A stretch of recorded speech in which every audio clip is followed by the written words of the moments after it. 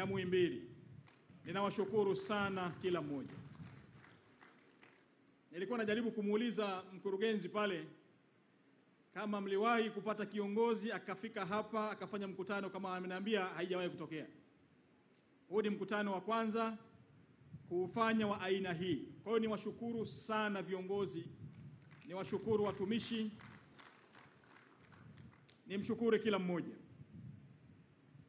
Ninatambua sekta hii ni sekta nyeti sana. Na katika miaka yangu ya utumishi wa umma, huu ni mwaka wa 23 na kwenda mwaka wa 24 nikiwa kwenye utumishi wa umma. Mwaka wa karibu wa 24. Kupata nafasi ya kufanya kazi kwenye sekta hii ni heshima kubwa kwangu, ni heshima kubwa kwa Watanzania, kwa sababu tunakwenda kuimarisha sekta hii ya afya katika misingi ambayo Rais wetu Daktari Samia Suluhu Hassan anatamani kuona sekta hii ikipiga hatua.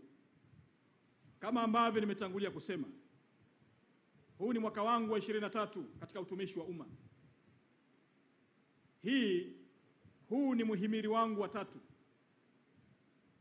Kwa kuwa mimi ni mwanasheria, nimefanya kazi katika mihimili mitatu sasa.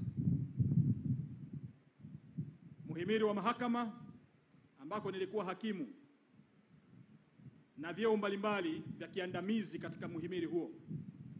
Muhimili wa bunge ambao nimekuwa mwenyekiti wa kamati za bunge katika vipindi vitatu. Na muhimili wa serikali hii ikiwa ni wizara yangu ya 5. Nawashukuru sana viongozi kwa mapokezi makubwa mlionipatia. Uwepo wetu hapa siku ya leo na kwa nafasi niliyoipata, hatuna budi kwa sisi tuliopata nafasi ya kuwatumikia wengine kufanya kazi kwa bidii. Hatutakuwa na lugha nyingine isipokuwa kufanya kazi kwa bidii, kuwaridhisha wale ambao tunawasimamia. Na kwenye hili niwapongeze uongozi wa Hospitali ya Taifa Muhimbili kwa kuendelea kukaa karibu na watumishi na kufanya kazi nzuri ya kuendelea kuwasikiliza na kutatua changamoto zao. Nawapongeza sana. Lakini najua bado yako mambo ya kuendelea kuyasikiliza na kuyafanyia kazi. Nilipopata bahati ya kuwa waziri wa utumishi, tulifanya kazi kubwa ya kuhakikisha kwamba tunaboresha maisha ya watumishi. Mwaka 2021 wapo watumishi waliokaa miaka 10, wako miaka 7, miaka 8 hawakuwa wameboreshewa mishahara yao na posho zao. Rais Samia alinituma wakati huo, tulifanya kazi kubwa ya kuhakikisha tunaboresha maisha ya watumishi, mishahara, posho na mambo mengine. Sasa leo hii bahati hii niliyoipata ya kufanya kazi katika eneo hili. Eneo hili limejaa wataalamu. Kwa hiyo hata lugha ya kuongea ni lazima uipime kidogo. Tofauti na kule nilikokuwa ambako kuna wataalamu na wengine ambao hata hawakusoma hata darasa moja. Lakini hapa tuna madaktari bingwa, kuna super specialist na kuna wataalamu wengine mbalimbali. Wapo wauguzi ambao baadhi nilipata fursa ya kusoma nao shule za msingi, wako hapa na leo nitataka nipate picha nao pamoja. Akina Furaha na wenzake nilisoma nao shule ya msingi, wauguzi. Kwa hiyo leo nitahitaji pia baada ya hotuba yangu nipate nao picha ya pamoja kwa kuendelea kazi nzuri ya kuwatumikia Watanzania. Sasa tuna wajibu na kazi kubwa ya kuhakikisha tunawasikiliza madaktari, tunawasikiliza watumishi na kwenda kuboresha maisha yao. Hii ni kazi ambayo mimi na wasaidizi wangu ni lazima tuifanye usiku na mchana kuhakikisha kwamba eneo hili tumekwenda kulitibu na kulifanyia kazi usiku na mchana. Na imani yangu kwa rais huyu anayependa kuwasikiliza watumishi na kuwasaidia, sina hofu hata kidogo. Tuna wajibu wa kujenga hoja kwa wataalamu waliosoma sana. Inakatisha tamaa wakati mwingine kumuona mtu amesoma ana mavyeti chungu mzima lakini mshahara wake ni ule miaka na miaka. Sasa hili ni lazima tulibebe kama serikali, tulichukue. Wakati ninapotoa maelekezo kwa mkurugenzi wa hospitali hii ya taifa Muhimbili kuendelea kufanya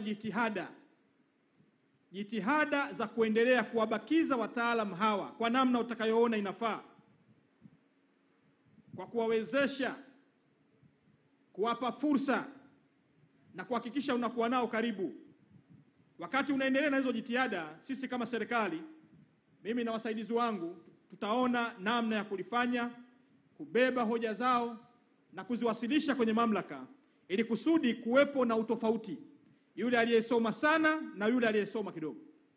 Hii itapendeza zaidi, au uongo jamani? Kwa hiyo nichukue fursa hii kuwashukuru sana. Ninawashukuru kwa mapokezi mazuri sana ambayo nimeyapata. Lakini pia nimepata fursa ya kuzunguka. Hospitali hii ndiyo kioo cha taifa letu. Ndiyo kioo cha taifa letu. Umri wake nimeambiwa miaka 100 zaidi ya 20, 120. Historia yake ni ndefu. Ilianza wakati wa mkoloni na baada ya mkoloni. Ikaja wakati wa miaka 60, wakati wa baba wa taifa, na sasa ipo wakati huu wa serikali ya awamu ya 6. Nilikopita nimejionea utolewaji wa huduma. Nimezungumza na wananchi, nimezungumza na wagonjwa, nimezungumza na madaktari, nimezungumza na wahudumu, nimezungumza na kila mmoja. Na nimeridhika. Katika pita zangu sijasikia malalamiko ya wananchi kuwalalamikia watumishi katika hospitali hii. Ninawashukuru sana, tujipigie makofi mengi sana. Mapokezi yenu kwangu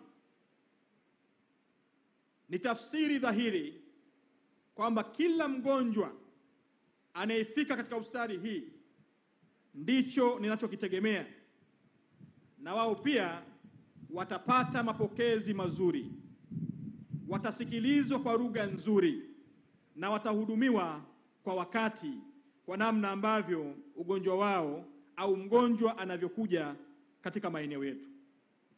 Ninaomba niwakumbushe msemo alivyowahi kusema Mahatma Gandhi. Aliwahi kusema, the best way to find yourself is to lose yourself in the service of others. Namna bora ya kujitafuta, kwa Kiswahili sidhani kama ni fasaha au cha Kindengereko, namna bora ya kujitafuta ni kurejea katika utumishi wa kuwatumikia wengine. Tafsiri ya wewe ni nani itatokana na namna ambavyo wale unaowahudumia wanakutafsiri kule nje. Kila mgonjwa anayo fursa ya kuonyesha kwa dhati yale yaliyomleta kwetu, na kila mmoja wetu anayo fursa ya kuonyesha uongozi wa dhati.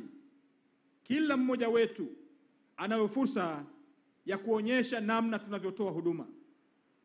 Kila mmoja wetu anayo fursa ya kuonyesha utu wa kipekee kwa mgonjwa anayekuja mbele yetu. Na mimi naomba niongeze msemo huu kwa maneno yafuatayo: uongozi bora hauuoni kwa macho. Uongozi bora unaonekana kwa mikono inayohudumia na moyo unaosikiliza.